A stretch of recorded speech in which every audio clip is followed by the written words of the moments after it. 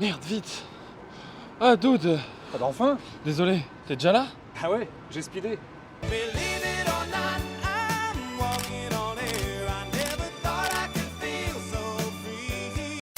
Bonjour à toutes et à tous, on est ici au Palais des Congrès à Paris pour la 3e édition de Speedon orchestrée par Mister MV. Et c'est ici, dans cette salle juste à côté de moi, que la magie opère. Ici, tout le monde est réuni. Public, casteurs, ambianceurs et speedrunners pour près de 80 heures pour lever des fonds pour Médecins du Monde. Mais au fait, qu'est-ce que c'est le speedrun? Rassurez-vous, même un enfant pourrait comprendre.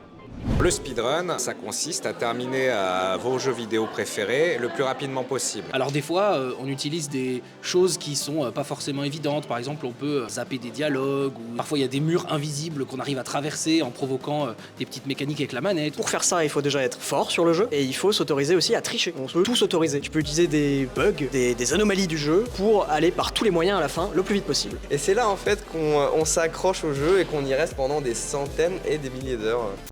Et Speedon alors, qu'est-ce que c'est? Speedon, c'est comme un programme télé, sauf que c'est sur internet et ça dure 80 heures. Donc en fait, c'est non-stop. Ça commence le jeudi soir et ça finit le dimanche. Où les speedrunners, donc les gens qui font du speedrun, se retrouvent une fois par an, tous ensemble, alors que d'habitude ils sont tous sur internet et ils se voient pas. Et bah là, ils se retrouvent tous ensemble, ils lient des amitiés, ils se rencontrent pour faire du speedrun ensemble. On prend les meilleurs runs de tous les meilleurs runners, on les enchaîne au planning, ils se disent mon meilleur temps c'est 20 minutes, je sais que je dépasserai pas 25, donc ils se disent je peux le faire en 25 minutes, et on enchaîne comme ça les meilleurs jeux des meilleurs runners. Ils le font en public, les gens les regardent et essayent de les embêter avec des dons, mais ce qui est bien, c'est que les dons, ça va à une association qui aide plein de gens dans le monde, donc c'est super. Donner, c'est bien. Savoir où va l'argent, c'est mieux. Médecins du Monde nous répond. On se mobilise en Turquie, par exemple, concrètement, depuis le tremblement de terre. On a envoyé du matériel, on a envoyé des équipes auprès des équipes qui étaient déjà sur place parce que Médecins du Monde est en Turquie depuis le début de la guerre syrienne. Médecins du Monde intervient aussi en France. On fait des soins et on fait de la médiation en santé. Et vous? Si vous deviez définir MV en 3 mots, vous diriez quoi? Passionné, pionnier. Vieux, le vieux monsieur. Super Meat Boy. Fatigué, renouvellement, dormir. Merci.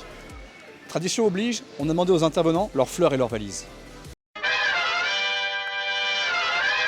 Comme on est à Speedon, je suis obligé de répondre Hades. J'ai fait le 100% de Bob l'éponge, le dernier Bob l'éponge qui est sorti. God of War Ragnarok, j'ai toujours terminé, bien entendu. Je suis très content, j'ai toujours été fan de la licence God of War, j'ai apprécié la direction du reboot. Je vais dire Pokémon Scarlet, enfin Pokémon Violet et Écarlate. Je dirais les derniers Pokémon. La sélection des jeux vidéo pour les Jeux Olympiques de 2024, qui est un scandale et un doigt d'honneur au monde du jeu vidéo. Ainsi s'achève notre reportage de la 3e édition de Speedon. Près de 80 heures de rencontres, de partage et d'univers si différents en apparence, mais tous unis pour une cause qui plus que jamais est importante. Et c'est grâce à cet effort commun que la 3e édition de Speedon rentre dans l'histoire avec plus d'1 200 000 € récoltés pour Médecins du Monde.